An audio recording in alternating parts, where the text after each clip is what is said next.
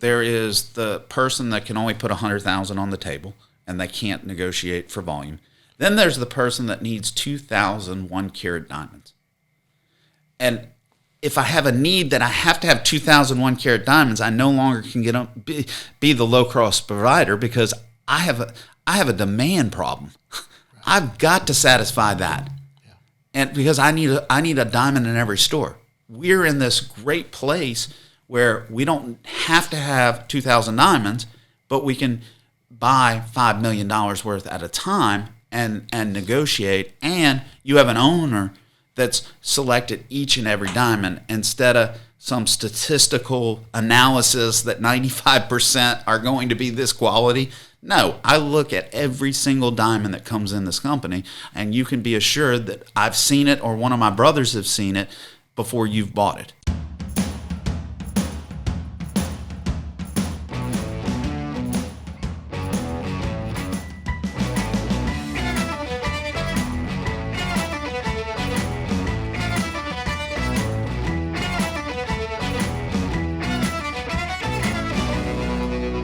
We would like to thank our title sponsor, B1 Bank. B1 Bank knows that entrepreneurs like you are always thinking one step ahead. So you need banking solutions that can keep up. It begins with lending. Does your business need working capital or financing for new equipment? How about a real estate or a construction loan? Good news, the B1 lending team is ready to learn your goals and help you find the best lending option available. Now let's talk about uncomplicating your daily cash flow. B1 offers a full array of treasury management services that let you collect funds faster, pay funds more efficiently, and access your information with powerful online tools. Most importantly, B1 understands the value of working with local nonprofits to build a stronger community. They believe in giving back through hands-on involvement with their B1 Community Outreach Program because it's simply the right thing to do. B1 Bank. Be uncomplicated. To learn more, visit b1bank.com. Equal housing lender, member FDIC. Hello, I'm Andrew McClendon, your host of the NXT Entrepreneur Podcast. We're here in the Propel Production Podcast Studio in Baton Rouge, and we welcome our guest, Mr. Scott Berg, Baton Rouge Market President of Lee Michaels Fine Jewelry. Scott, welcome to the podcast. Thank you. So you guys have been in business for approaching 45 years, if I'm doing my math right. You are correct. And one of the largest family-owned jewelry businesses in the South. We are. So why don't we start by you telling us the numbers behind the Lee Michaels operations today, number of stores, employees, that kind of thing. Yeah, certainly. So obviously we started here in Baton Rouge. We have 2 stores here in Baton Rouge. We have one in New Orleans. We have one in Shreveport, one in Lafayette, one in Jackson, Mississippi. As we go out east and as we go west, we have 2 stores in San Antonio, Texas, and our newest store in Albuquerque, New Mexico. Albuquerque, that's great. And of that, we comprise, I think we're getting closer to 200 employees. I mean, we're about 175. And you also have a significant e-commerce presence? Yeah, we certainly, have had to. Well, we've had an e-commerce presence forever, but we've had to pivot given the pandemic and put more resources towards it, and it has grown, and it's definitely a great business for us. Yeah, I heard you describe it one time as like a 10th store.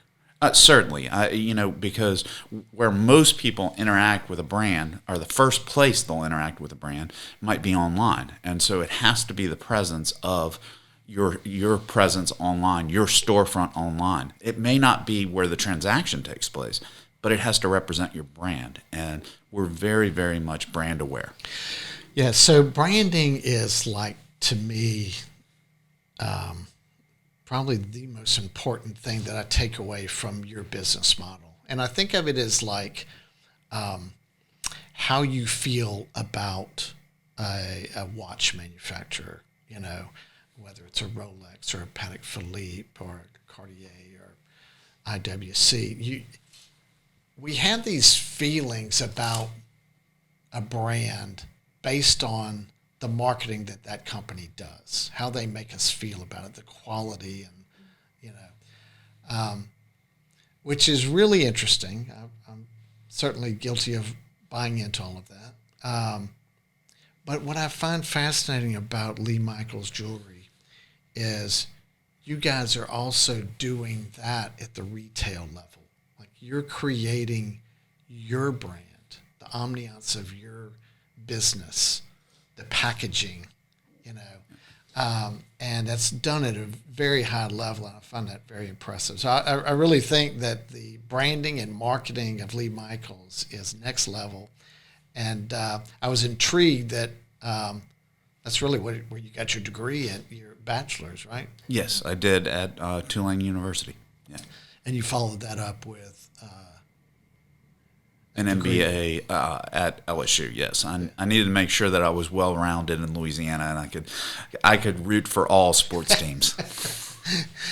Yeah. So when you were going for your marketing degree, were you interested early on in being involved in the family business?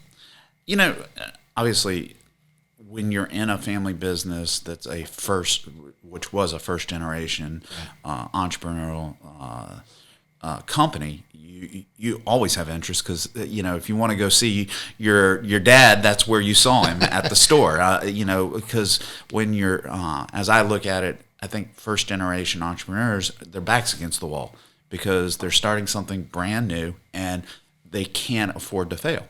And so your back's always against the wall. So my dad worked every day trying to make sure that he had success. And so to see him, we would go into the stores and, I would be a stock boy and clean. And then my brother and I, Ryan, we would hand out roses during Valentine's Day. So there was always an interest in being in the business. At one point, though, I'm kind of going forward, I moved in a direction that I thought I wanted to do something different. So it hasn't always been that I knew this was going to be my journey. Yeah.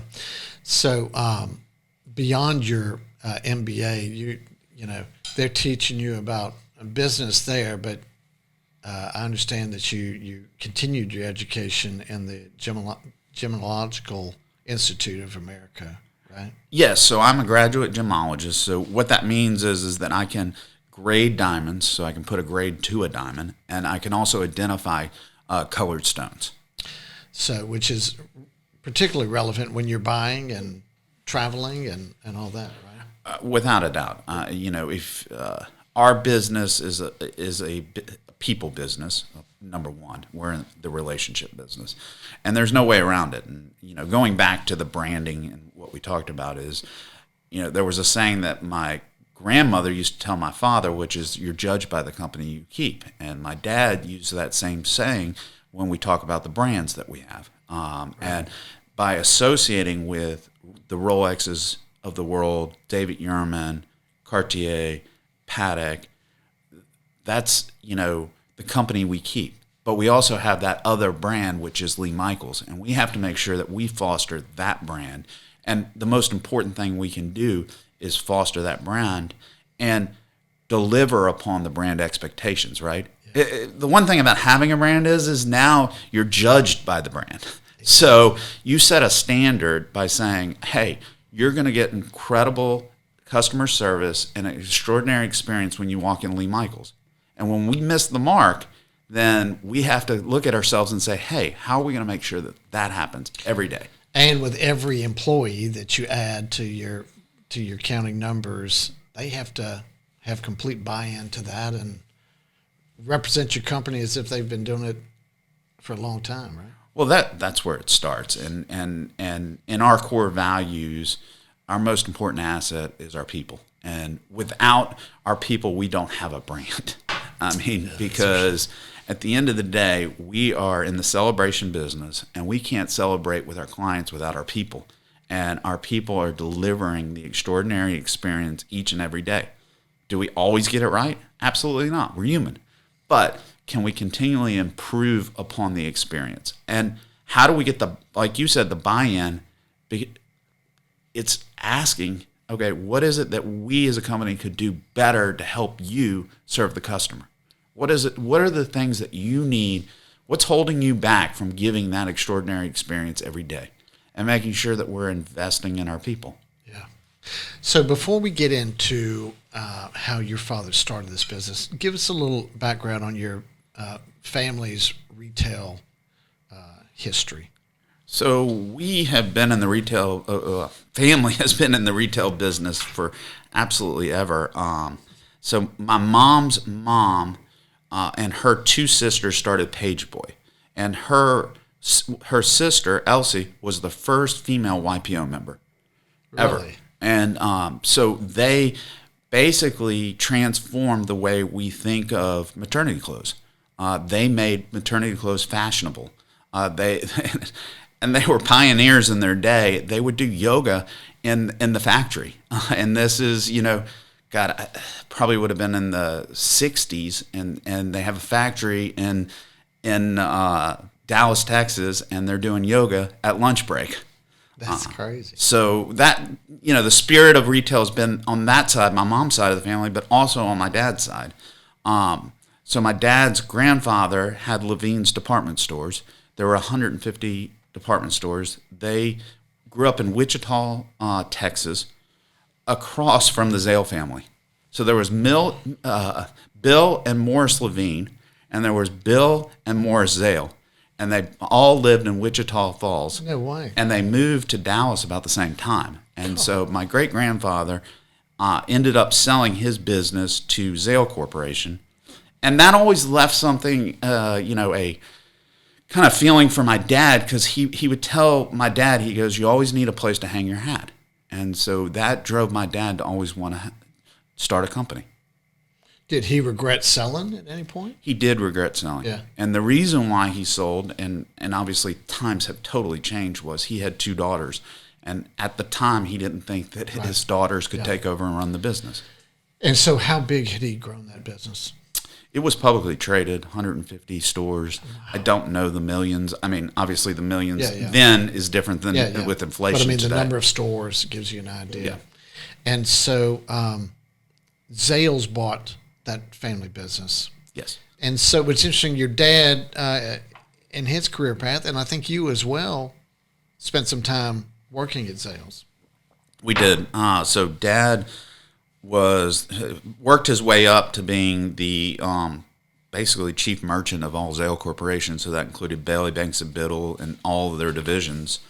And at that time, after he had done that, he kind of figured out that if you didn't have the last name Zale, you probably weren't going to run Zale Corporation. Right. So he decided he was going to go out on his own. For me, we have a family charter, and that's how you come into the business. Tell us what that means, family charter. So we've been very intentional about how we would transition. We started. My dad had great vision, and Mom. We started with consultants when I was about 20.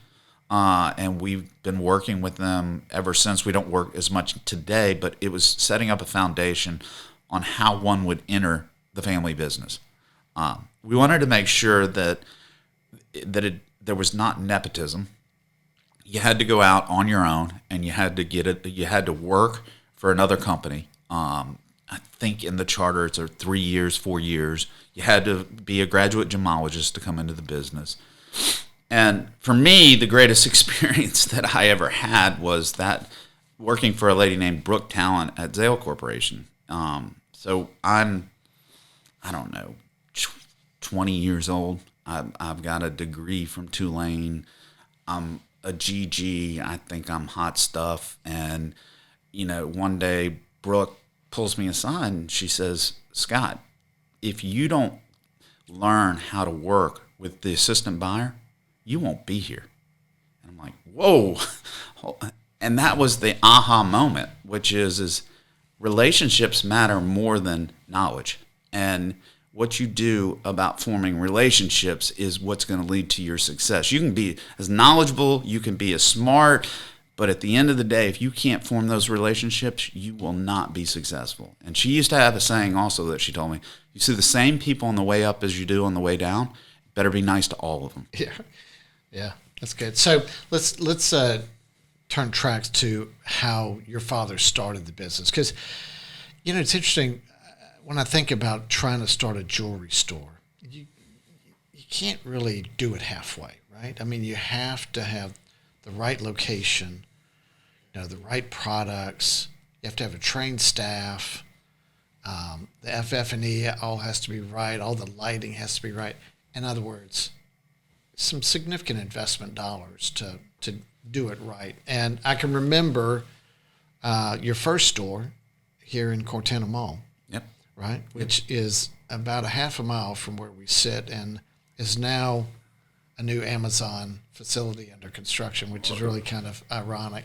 At the time, it probably was one of the largest investments in Baton Rouge, and today it may be one of the largest investments in Baton Rouge again. It's just being repurposed. Yeah, it's fascinating.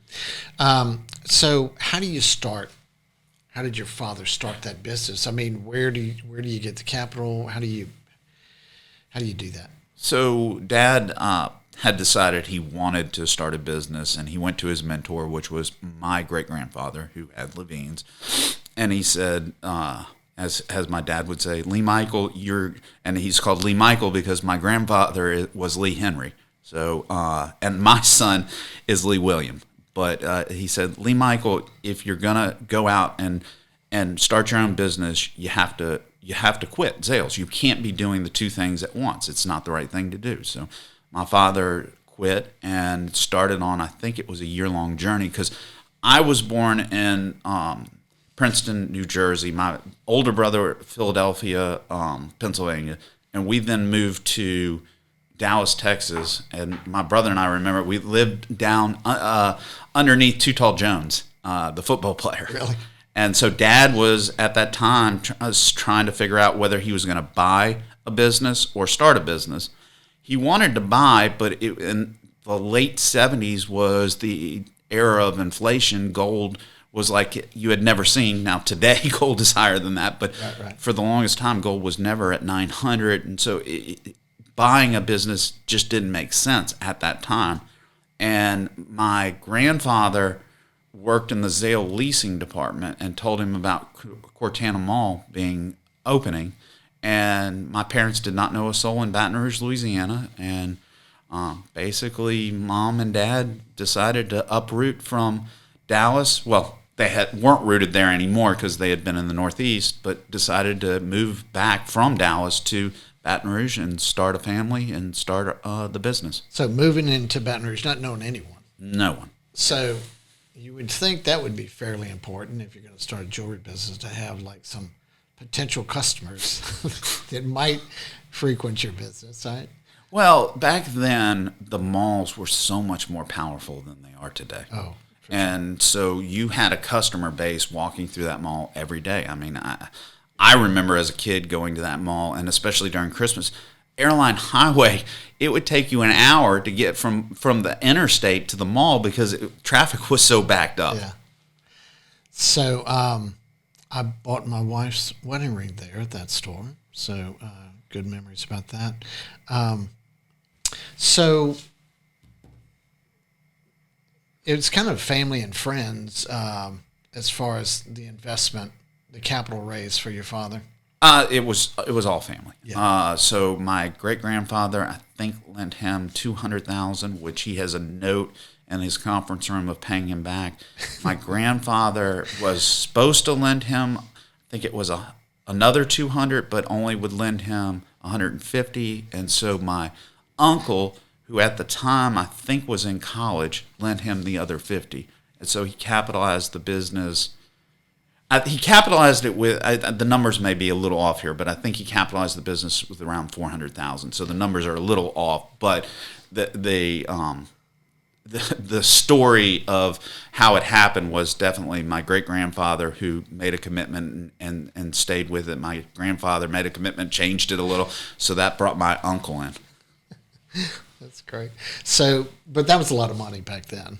Yes. But that's what it would take to get started. And so what did the early years look like? What do you remember about that time? You were small, and what do you remember about your father, like, building that business at that time? Well, I mean, I can tell you one thing. We came with a van called the Green Machine. My brother and I named it. It was a green van so that my parents could move everything over here. And he worked.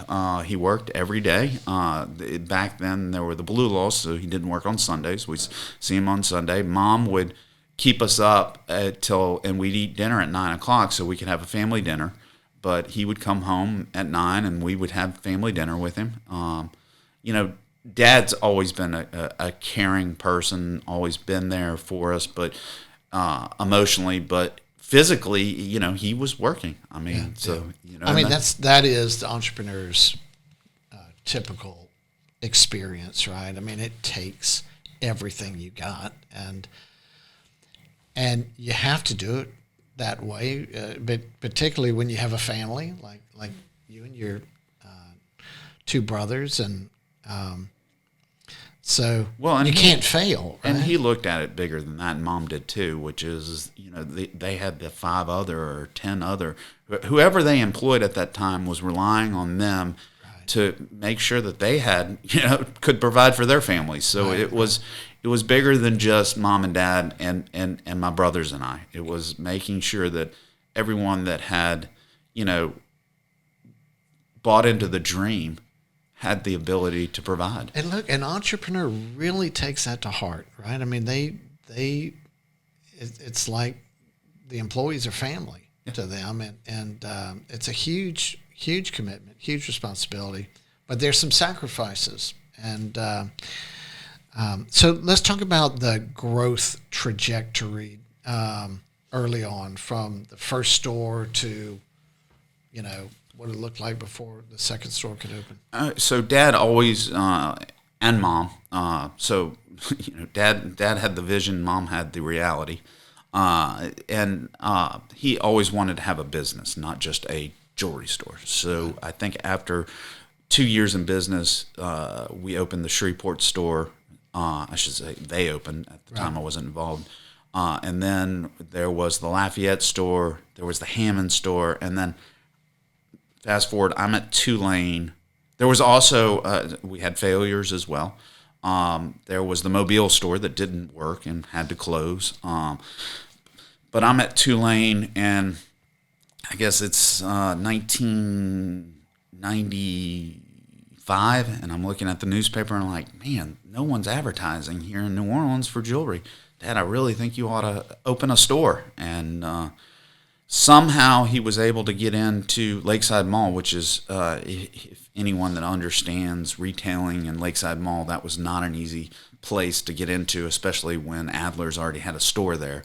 And we were able to get a store there. So I would work there on the weekends at Tulane when I was going to Tulane and help out. And so we closed the Hammond store in order to open the Lakeside store. Yeah. And then things continue to grow, and opportunity. I think Jackson, we opened Jackson, and then San Antonio. At the time, we had opened San Antonio, and then we had a store down in Canal Place, and Katrina hit, and we were trying to figure out how to continue with the store downtown.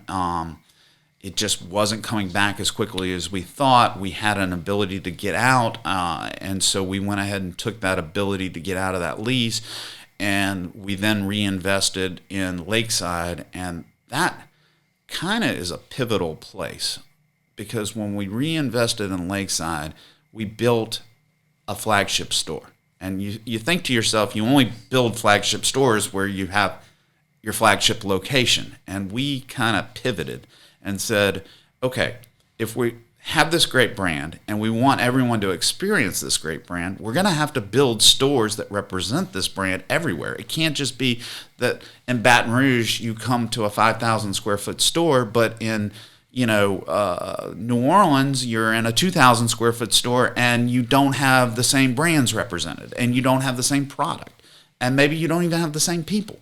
So we decided that we were going to make an investment, and so this was after the Great Recession. Going back, though, I moved from Canal Place. We ended up having an opportunity to take over a Bailey Banks and Biddle store, which was Zales, in La Cantera Mall. So they were going out of business, and so we bought the FF&E from the bankruptcy court and started our second location. And my brother Ryan, who had been running our New Orleans operations, moved to San Antonio because we felt like that was going to be the next great opportunity. And luckily, he did, and it has been an enormous opportunity. But going back to the stores and reinvesting, so during the Great Recession, we opened 10 gold buying stores under different names, not Lee Michaels. Baton Rouge started at the Baton Rouge Gold Market. Then we had the Louisiana Gold Markets, and I think we had 7 of those. We went all the way to St. Louis. And in 1 year, we refined over $10 million worth of gold. And what we did with that money was, instead of the owners taking it, we reinvested it in the business and really brought the dream of this flagship store in every location. So you reinvested into the Lee Michaels brand. Yes. So we redid our Jackson store, made it a flagship store. We got out of the mall in Lafayette, made it a flagship store. We redid our San Antonio store in North Star Mall, made it a flagship store. And I'm trying to think, Shreveport, we moved out of the mall, made it a flagship store. Standalone building. And so that's kind of happened, and we made all those investments, and then fast forward to today, we're doing the same thing over again. Isn't that interesting? So we just finished the Baton Rouge store. And it is beautiful, man. I mean, it's hard to imagine that you could have made that feel so much bigger, where the building is. But as you explained to me the other day, just expanding this wall and that, it's really fun. Scott, why don't we take a quick break here, get in a word from our sponsor, and pick this up on the other side. We would like to thank Gear Train for their support of the NXT Entrepreneur Podcast. Gear Train is a national program management company that specializes in the inspection and audit of conveyor systems, VRCs, robotics, and material handling equipment. Gear Train also manages routine maintenance and repair programs, as well as emergency callouts for clients all across the United States. Gear Train technicians have the experience to keep your automated equipment systems running at peak output. For all of your inspection, audit, and maintenance needs, reach out to Gear Train. They can be found online at geartrainperforms.com. And we are back with Scott Berg with Lee Michaels Fine Jewelry. So, Scott, your family, you've mentioned your brothers in the previous segment. Tell us what your corporate structure looks like now. Certainly. So my brothers and I are all equal presidents. We made the decision that we thought it best to run the company as equals. We certainly understand that there are challenges with that. We looked at every model and we said, okay, how do we effectively get the most out of all of us? And that's what we believed was the best model for us. It's interesting, we just had a strategic planning session with Nick Spire, who you, I think, interviewed like 5 podcasts ago. So he was very helpful and figuring out, where do we continue to go and how does the business continue to grow and how do we continue to grow within it? And so we're aligned geographically to stores. I'm based out of Baton Rouge, Louisiana, so if you go into the Corporate Boulevard store, you will see me. My brother Ryan is based out of San Antonio, Texas, so if you go into one of those stores, you'll see him. And my brother Chad is out of New Orleans, and if you go in one of those stores, you'll see him. And we believe that being connected to the customer is part of our DNA. Knowing that Andrew's coming in, being able to say hi, being able to ask you how your kids are doing, knowing about you and being able to talk with one of the owners and how do we, if you're there leading from the front, you really get a better understanding of what's happening in your business. And so we're fortunate to be able to do that. But we also have roles and responsibilities that are not within the 4 walls of a store. For example, I oversee our corporate office here in Baton Rouge. It worked out that way, just being in Baton Rouge, that made the most sense, whereas my other brothers will have more stores than I will operationally. My younger brother oversees our merchandising and our marketing. My older brother is in charge of operations and store construction. And like I was telling you before, we have the construction that's about to happen is going to be unprecedented for our company. We'll probably have 5 to 6 new builds. And when I say new builds, it's not new locations. It's just taking existing stores and saying, they're over 10 years old. We need to make them flagship stores again.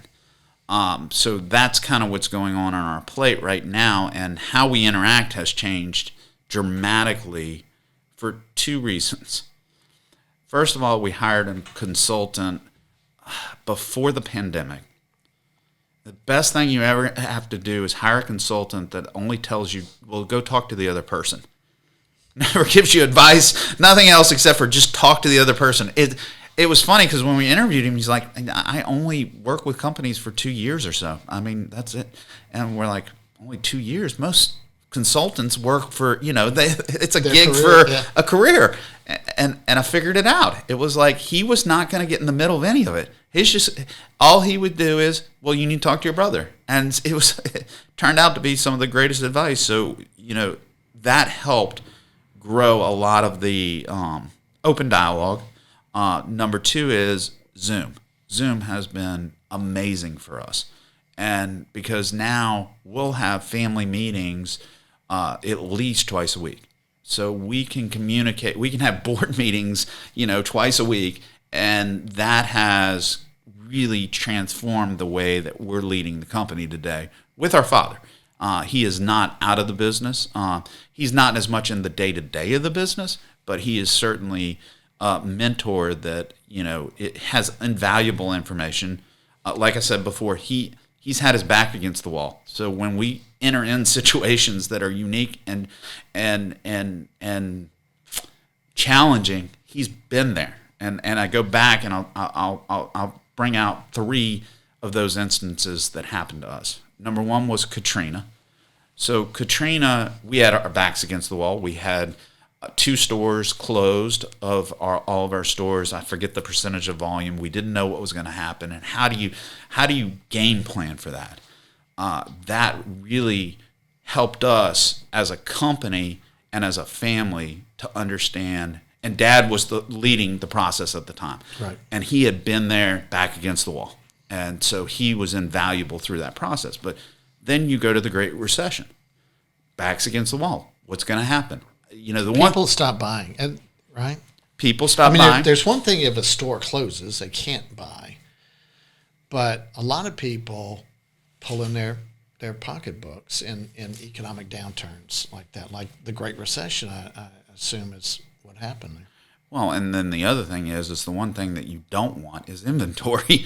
You don't want inventory when it's not selling. You want as much inventory as you can have when it's selling. Okay. So it was how critical. So we were going into a Christmas, I think it was at the time, the 2007 Christmas, and our goal was to sell as much inventory as we possibly could to make sure that we had a place for our people.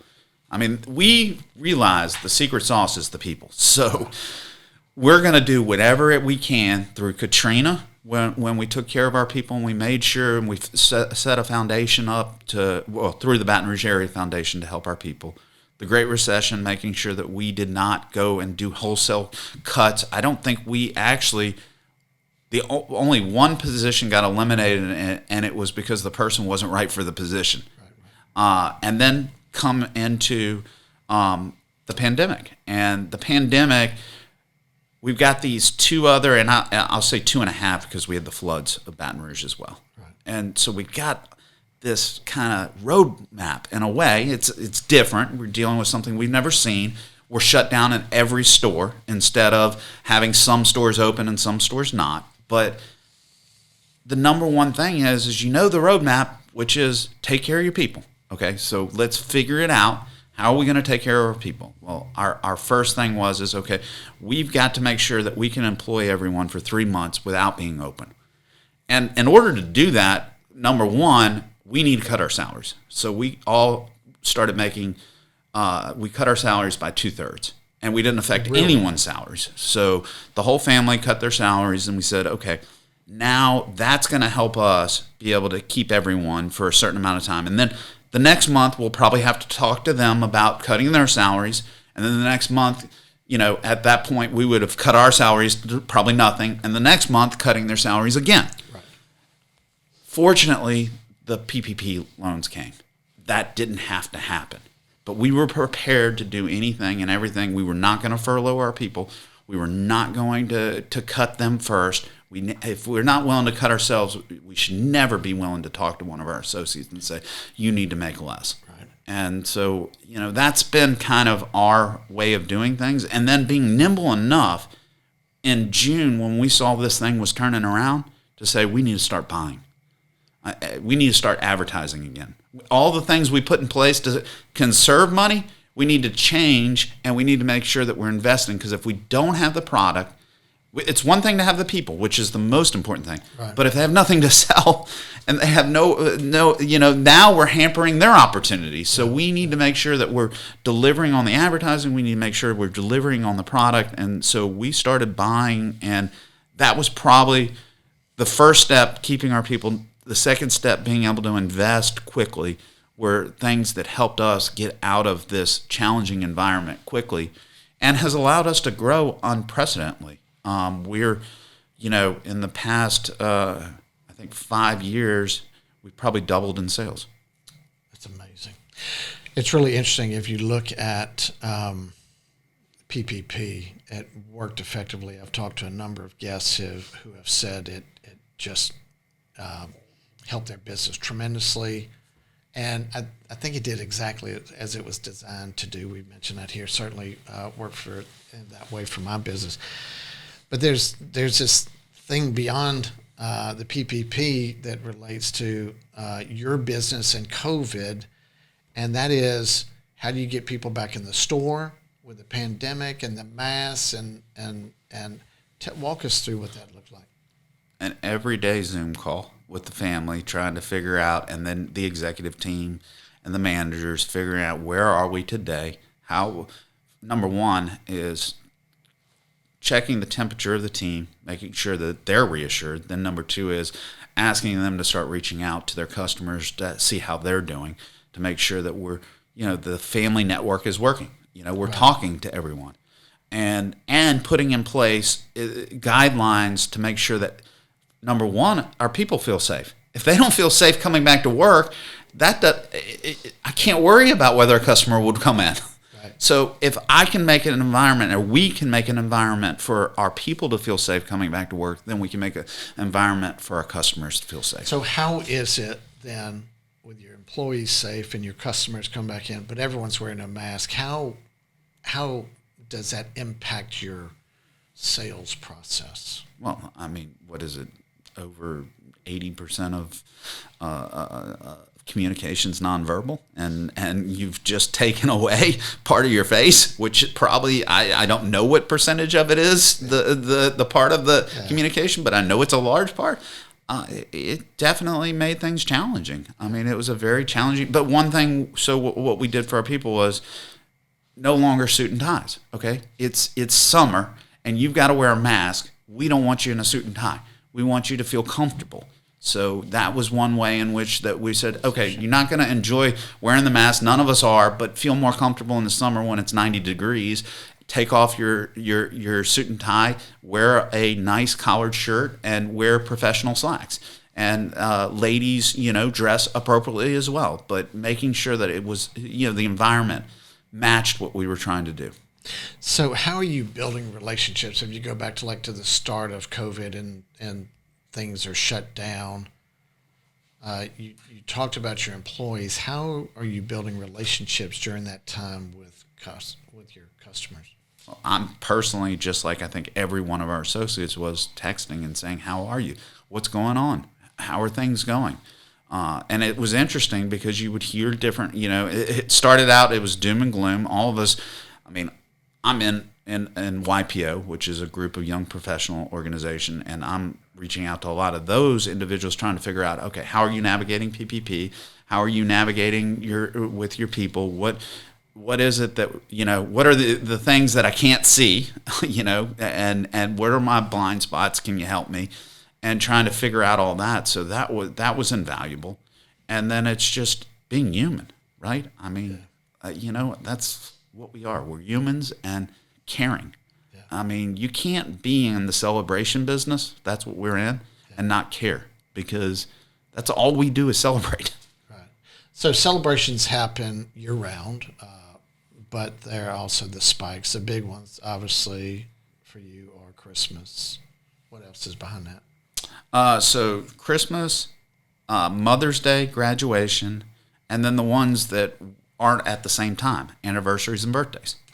And so making sure, and then there's things just promotion at work. I mean, how, a baby, how do we become first choice?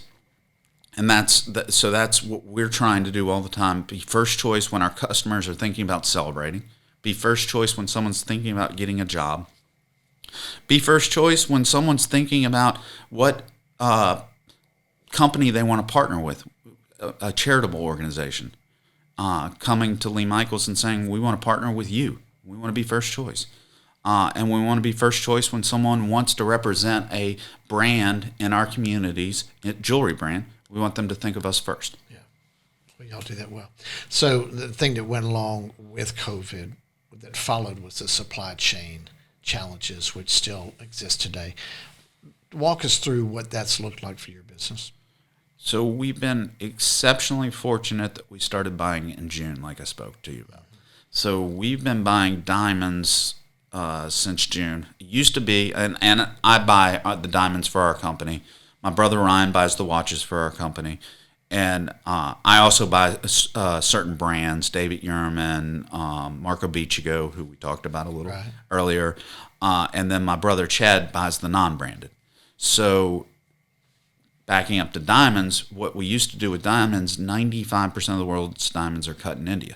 So I would go twice a year to India and select those diamonds, hand select them, and then we'd have them shipped back to the U.S. And so look, let me interrupt you there. Yeah. Tell us what that looks like. I mean, because that sounds very, very romantic. I mean, just going and buying diamonds and describe what that scene looks like and, I mean, how it works. It just sounds really fascinating. Okay, so you got to go back 15 years when we first started. Okay, and there was a dirt road that was the airport and in Mumbai, and nobody was doing this. And, the only people probably doing it was Zale Corporation and major corporations because they understood it, they could do it, and we were like, hey, because of our entrepreneurial spirit, and our father always saying, you need to get to the source, we were like, this is the source, and no one else is doing it. Let's figure it out. So my brother Ryan and I got on a plane, we made appointments, we went in, and the first thing that someone does when you don't have a relationship with you is they test you. They try and figure out. And so that graduate gemologist worked for me because, I mean, you're saying, in our terms, I'd like white knots. Might be a terminology of something that I'm looking for, and they'll bring out silver black knots, and that's not what I'm looking for. But they're just trying to figure out, okay, do you know what you're talking about? Right. And then price. Do you understand price? And because it's one thing for me to be able to say, I know that this is the grade. It's another thing is, well, what's it worth? And how do I make sure that I'm doing best for our customers? Because at the end of the day, I'm not buying for me. Right. I'm buying for you. Right. I'm making sure that I deliver the best value, that when you walk in the door, that you're able to buy something at a great value and get great service. So that's what I'm trying to do. So back then, it was pioneering. Today, it's relationship based. I know who we want to go see, and now I'm doing that just with myself when I go. And I'll go over there. I have relationships that Ryan and I started 15, and it may even be longer now. It was, you always say 15, and then when you start peeling it back, you're like, wow, we've been doing this for 17. That's right. And so those relationships have been great, and we always try to find new relationships because there's always someone out there that's new and innovative. And if you only stick with your same suppliers all the time, you'll never find the new and innovative one. So we're always having an eye to find that. So we're adding to the fold, but yet keeping the relationships. Okay, so you have the quality of the diamond, you have the price of the diamond, and then it seems like you would have the quantity of what you're purchasing and Yes. how that would impact. I mean, does that come into play? Are you saying, look, I'm going to buy a bunch of diamonds here? When you put $1 million on the table in India, you're going to get a different value than if you have 100,000, without a doubt. Right. Now, there's a sweet spot in all this, though. So there is the person that can only put 100,000 on the table, and they can't negotiate for volume. Then there's the person that needs 2,000 1-carat diamonds. And if I have a need that I have to have 2,000 1-carat diamonds, I no longer can be the low-cost provider because I have a demand problem. I've got to satisfy that, and because I need a diamond in every store. We're in this great place where we don't have to have 2,000 diamonds, but we can buy $5 million worth at a time and negotiate. And you have an owner that's selected each and every diamond instead of some statistical analysis that 95% are going to be this quality. No, I look at every single diamond that comes in this company, and you can be assured that I've seen it or one of my brothers have seen it before you've bought it. And I think that makes a difference in our business. So how does it work? I mean, if you wanted to buy $5 million worth of diamonds, you can wire your seller $5 million, right? And that can be done safely, but you've got to get $5 million worth of diamonds back home safely as well. Oh, so that's all done today through Malcolm, me, or Brinks. I mean, it's done. It's easy. That's not an issue at this point. I guess that makes sense. I guess part of my question is you're not wiring the money when they show up at in your stores. You're paying them. No, that's you pay ahead. But you select every piece. I mean, it's really the selection and the negotiation parts that's the hardest. The logistics and all that. At first, it was the trusting of, 15 years ago when you're wiring, and at the time it wasn't $4 million, but sure. When you're wiring more money than you feel comfortable with, and you're not sure what's going to end up happening, you're taking a risk. And it was great to have a father in the business that had gone to China with MB Zale before China was open. I mean, in the 70s. So he had pioneered in a lot of ways going overseas and buying, and we were pioneering the diamond side of this, but he was saying, hey, take a risk. It's no problem. Go over there. If you spend $1 million and you end up getting something great, if you spend nothing, great. But go see it, because if you don't see it, you won't have the opportunity to know if it's the right thing to do. That's cool. How long does a trip like that typically take? Oh, God, it's 15 hours in the air, but you can't fly from Baton Rouge to Mumbai. And back when we started, you couldn't fly direct to Mumbai, so you would fly to Delhi. Then you would take your connection flight. So you go to Newark, Delhi, Mumbai. Today, you go Baton Rouge, New Orleans, Newark to Mumbai. So, you're talking 4 hours to get to Newark, usually a 3-hour layover, and then 15 hours to get to Mumbai. You're there a week or so? Or? The shortest I can do the trip in is probably 3 days. The longest that I need is a week. Yeah. So, but back on the supply chain issue, there's some watch manufacturers that have struggled. I will not say supply chain, though. I will say demand has the Really? demand of the product. We are getting more Rolex watches than we've ever gotten. Really? But demand is so high. And so what's happened is that it certainly presents challenges, because we never want someone to be in a place where they graduated from medical school and they want a Submariner. We want them to have that Submariner. Like, that's the dream. Yep. You want them to have that dream. So, trying to navigate is challenging, but we're always going to be our customers' advocates to try and make sure that they can get the dream. Yeah, that's fascinating. So, any clue as to what's driving that demand? I mean, is it just more than the marketing? Is it? Well, I can speak to it. Liquidity in the marketplace? So that's part of it. I think it's a 3-tiered for me, as I see it. I see that all of a sudden people aren't traveling. So there's a lot of money that wasn't being spent locally. Yeah. So, if someone took a $100,000 trip or a $10,000 trip, now they've got $10,000 or $100,000 that they didn't spend. Yeah. And they want to create memories. And you can easily create a memory with a piece of jewelry. Yeah. So that's number one. Number two, that our economy has done better than we've ever seen. And the stock market's done very well. There's also a transfer of wealth from the greatest generation to the baby boomers. And a lot of those baby boomers don't need it because they've created wealth. Right. So that's interesting. And then lastly is certain things are starting to be viewed as an asset class. So, if I have this watch per se, not that I want to resell it, that's not what I'm looking at it as, but I know that it's part of my assets. Yeah. So no longer am I thinking I'm just going to have one watch that I wear every day. I may have 5 watches. That's part of my asset class, and I get to enjoy them, and I wear them when I want, and I'll pass them down to my kids. Yeah, love it. Love watches. Okay, Scott, let's take another quick break, get a word from our sponsor, and we'll be right back. One of our sponsors, MBD Maintenance, is excited to announce that after 25 years, they're rebranding their company name to Pivotal. It's the same ownership, same staff, same location. Just a new name that better represents the services that they provide their clients across the Southeast United States. Pivotal does commercial building construction and renovation. They do tenant improvement work in retail and office facilities. They do installation of dock doors in distribution centers, storm and fire damage repair, and catastrophe recovery for national disasters.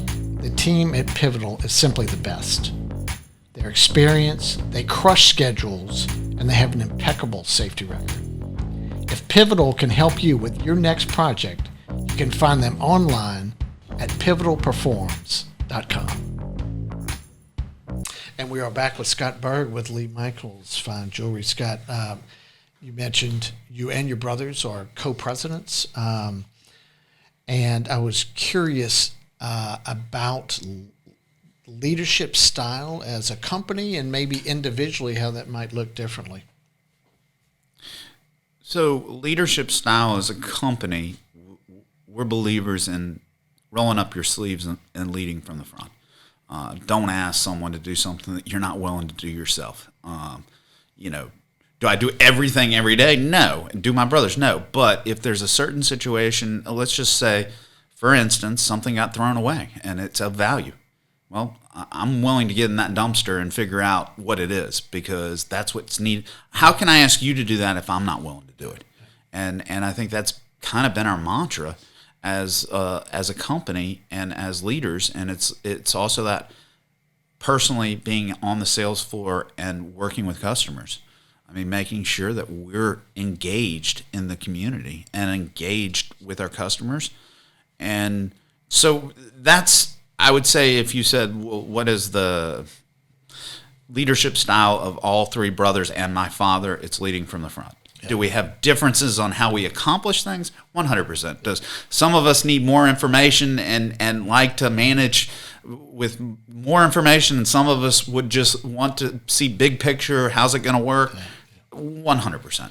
So you mentioned your father, Lee Michael Berg, is still involved, and with 3 presidents, you and your 2 brothers, I imagine there's an occasion from time to time where he's helping move, if there's a disagreement or a conflict, moving the ball in the right direction. 100%. We all have a vote. I would say this, with the great thing about 3 is that you never end up with a tie. I mean, right. You have a tiebreaker. But today, even today, Dad has a vote as well. I mean, we'll all make a vote, and then we'll decide. And then, once we make that vote and we decide where we're going, everyone needs to line up. You can't second guess it. You can't third guess it. You got to get on board, and we have to be unified as a front with our people. We can have the biggest arguments that we want in a boardroom, but when we walk out of that boardroom, we need to be unified. And if you didn't get what you wanted because it didn't go your way, it's okay. Yeah. Next time, it's not going to go my way. It's not, Pick your battles. You're not always going to win, Yeah. But you show your passion. We're all passionate. There's not a one of us that isn't passionate. Show your passion. Show why you believe in it, and then let's align. Once we align to where we're going, let's align and do it really well. Yeah. So I found it interesting when you were talking about the roles of the presidents, and you have certain areas of responsibility in the business, and you have geographic reach as kind of a second thing. But you mentioned in the buying itself, you've got a division of buying. I found that really fascinating. Does it limit you in growth when you look at the geographic aspect of it? I mean, you have a brother in San Antonio, one in New Orleans. How does that? What do y'all think about that? So the way we look at growth today is we want to grow with our brand partners. Our vision of a Lee Michaels store incorporates our brand partners. We don't have a Lee Michaels store that doesn't. So in order to do so, our brand partners have to want to grow as well. And a lot of them right now are looking to consolidate. So that has limited the ability for us to geographically grow. But what we've determined is that shouldn't limit our ability to organically grow. And that's when I say what we did here in Baton Rouge, Louisiana, that by doubling the store, we've doubled the volume. And so if that same model, and we know the model won't work exactly, sure, but if we continue to reinvest in each one of our stores, and it grows the business, and we're able to offer better service, more services, more opportunities, then that's how we're going to grow. And that's how we envision it. Now, whether or not there'll be an acquisition at some point here in the future, there could be. We've talked to people. We've had 3 really good opportunities to make acquisitions. Has not happened. It may end up happening, but we're also looking at growing ancillary. How do we come up with opportunities that make sense for us? Whether it's, we build stores, right? But we also negotiate leases with landlords, and we deal with some of the toughest people in the industry in negotiations. Brookfield, it's a national company, or Simon. Well, so when we decided to buy an office building here in Baton Rouge, it wasn't so hard to deal with the negotiation of the lease, because I've been across the seat from a guy from Brookfield that's all he does for a living. And so we were like, okay, that makes sense. And okay, we own our corporate office, we own the Baton Rouge store on Corporate Boulevard, and we own part of the store in Shreveport. If we're doing all the maintenance on that, maybe it makes sense to buy some real estate and do the maintenance on that. Right. And so we're trying to find opportunities where we feel we have a skill set and that it would easily transfer. We want to stick to our core business. As my dad always says, stick to your knitting. We're going to stick to that. But if we have some opportunities and we see expertise, like we wanted to offer a protection plan to our customers. And there are people that offer these protection plans, Jewelers Mutual being one of them. There's a couple others. And we said, okay, we can either provide our customers with someone else's protection plan, or we can develop one. Why not develop one? Why not use our entrepreneurial spirit to develop something unique to us, and we can add more value to our customer? We're also now looking at insurance and maybe getting in that business, because there are, again, Jewelers Mutual offers personal lines insurance for jewelry. Well, that's great, and we believe that it's important for us to offer it to our customers. So if we believe it's important for us to offer it to our customers, why can't we offer something we create? So that's kind of been where we see growth today.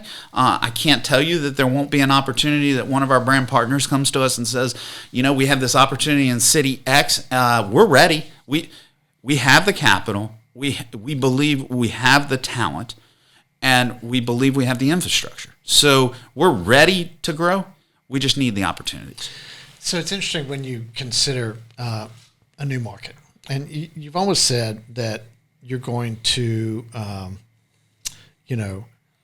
expand and renovate in your existing markets, get them up to speed before you expand to a new market. But I want to get back to branding, where we started earlier on the podcast, and when you look at where your father started the business, he didn't have a brand, right? He had to build a brand. Mm-hmm. But he did go into a market, in which he knew no one, right? So you can still, as you expand into new markets, you're still doing that, going into maybe a market that you don't have relationships there. But now you're carrying the brand. Tell us how you built that brand. There's certain iconic things about your brand, the packaging, the actual package that a ring or a watch is in. Tell us about that. Well, I think it starts. You got to start it with Diane Allen and Al McDuff and my dad partnering together back, in probably 78 when he moved here, and they were strategizing on brand and everything, and he told the story of two couples are in a car, and one couple had just given our fiance had just given the ring to the other to the other fiance, and they asked where the ring was from, and they said it was from Lee Michaels, even though it wasn't, but it meant something that it came from Lee Michaels. So they were willing to say that because that meant more than coming from somewhere else. And so that was kind of the start of this. And then it evolved over time. So you see today red and black, right? That's our package. Yeah. Well, it used to be white on white. It used to be white on black ribbon on white paper. It used to be black paper, red ribbon. We had a plethora of choices. Right. And we would always be like, oh, what's the great choice today? Yeah. But we had a retreat in Disney World. I'll never forget that retreat for two things. One is this, and the other was a guy that he was, I think, one of the trainers for Disney, and I don't think he wanted to stay there. And he was talking to his mom, and he's like, yeah, I just don't know that this is going to work out, and I just don't know where I'm going. And his mom said, you need to bloom where you're planted. And I always thought wow, what an amazing thing. Instead of trying to figure out all the reasons why it's not going to work, why not take in everything that is working and make it better? And I think that holds to personal responsibility. I think it holds to business. Instead of worrying about the economy, instead of worrying about what I didn't get or what I didn't do, worry about my controllables. And then how do I make the very best of what I can control? So that goes to the bloom where I'm planning. But right. Going further, we decided that on that trip that we had to stop doing all these different variations of the box. And it had to be, and we came up with the red wrapping and the black paper. And from that day forward, if you walked in a Lee Michaels store, that's the box. And all of our printed material needed that box. We were like, okay, it has to translate to everything we do. And then what does the box represent? Well, I think the box represents a story, and it's your story. It could be something different for you. It could be that, when you got engaged to your wife, you thought of Lee Michaels, and it's, every time you give a piece of Lee Michaels in that box, it's love. Yeah. Or it could be that you had success and you bought your first Rolex at Lee Michaels, and it was in that box, and you attribute it to that. Yeah. But we want everyone to create their own story, knowing that at the end of the day, you're going to get the quality, service, and value when it's in that box. Yeah. And so that's part of your culture, right? Talk about the culture in your business. So, I go back to the most important asset are our employees. So that's step one in creating the culture. And let me interrupt you rather than say that I imagine there's a lot of the aspects in your culture today where those seeds were planted by your father 45 years ago and have continued to bloom, right? So I'm going to show you my core value card that every one of our employees carries. Now mine, I need to get a new one because it is a little not in the best shape. Yeah. But however, we did another retreat at the Ritz-Carlton, and there at the Ritz-Carlton they had these cards, and their vision is ladies and gentlemen helping ladies and gentlemen. And from that, we said, okay, we need to come up with our core. And then number 2 is we learned about, before they opened, they got every staff member aligned and in a meeting. So we do something called 10 to 10s. We open at 10 o'clock. And so for 10 minutes, the staff, the managers, and everyone gets aligned. What's going to happen for the day? Take the time to make sure we're all aligned, because once we break, it's all about the customer. So let's 10 minutes till 10. Yeah.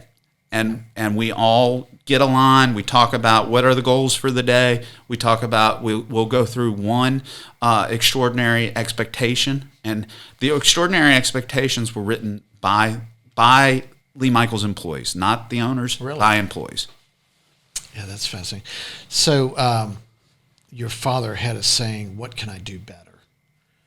Tell us what that means in your company. Well, I think it comes from, do you see the glass half empty or half full? Yeah. And we're pessimists. My dad and the great thing is I have optimist brothers, but so we're always looking at it saying, okay, what can I improve? How do I make it better? And it's like this, our business has to always continually improve. And there's a saying, I guess if you're the second horse, all you see is the horse in front of you. If you're the first horse, you see wide open. Yeah. Problem being the first horse is you don't know where you're going, and you got to continue to challenge yourself. You can't be lethargic. You can't rest on your laurels. You have to. It's like when I say we're trying to find that next vendor. We got to find that next great employee. We got to find that next great location. We've got to challenge ourselves each and every day to become better at what we do, because the day we stop doing that is the day it ends. Yeah, that's good stuff, man. So tell us, are there any future generation of Bergs in the wings? So it's so funny. We we went out to Arizona. We do a family trip every year. My parents, well, this is just for my family. So we either stay with my wife's family for Christmas or my family for Christmas, and we alternate Thanksgiving and Christmas. And so this year was in Phoenix, Arizona at the sanctuary, and we brought in a consultant, actually a gentleman that first helped us when my younger brother was 13 to transition the business, to talk about the business with the next generation, because we have now Zach, who's my brother's son, who's 18, Emily, who is 17, almost 18, and then we have 15-year-olds, 10, and then we go down to the younger generation. So we're starting the process of talking about what does it mean to have a business, what does it mean to be a steward of a business, what are the values of the family, and if you wanted to be a part of the business, what would that mean, and kind of getting them ready. And that's big stuff for some 16 and 17-year-olds, huh? That's awesome. I think it was really eye-opening to them. And it's great also, right? You have my dad who can be at the table and tell them, how he started, how it all worked. But we're a family of work ethic. We believe in work ethic. Yeah. And we want to make sure that we instill as my parents instilled in my brothers and I, which I can say they instilled in all three of us, we want to make sure that the next generation has that work ethic. Because if you're not willing to lead from the front in this business, you don't need to be in it. There's other things that you can do. Yeah, Scott, that is so exciting to hear that, and how your family is plans in that way, and so I appreciate you sharing all those stories with us. I appreciate you coming in, and I look forward to seeing you in your store. Thank you so much. I just love Scott Berg's stories. I love in a multi-generational business how one generation hands a gem down to the next, from the grandmother who said, "You're judged by the company you keep," to Lee Michael Berg saying, "What can I do better?" to Scott's story he shared about bloom where you've been planted. And the Bergs will tell you that their greatest investment is their employees. And that certainly is true. But I'm fascinated at their investment in their family and how it's built such an incredible brand. And the story that Scott shared at the end about their family retreat where the business is being introduced to the third generation was just absolutely fascinating. So we appreciate Scott coming in. We appreciate you guys watching, and we'll catch you next time. We would like to thank our title sponsor, B1 Bank. They can be found online at b1bank.com. The Next Entrepreneur is produced by Propel Productions. You can find more information at propelyourstory.com. Don't forget to subscribe to the Next Entrepreneur Podcast and hit the bell for notifications. You can also follow us on social media. The links are in the description below.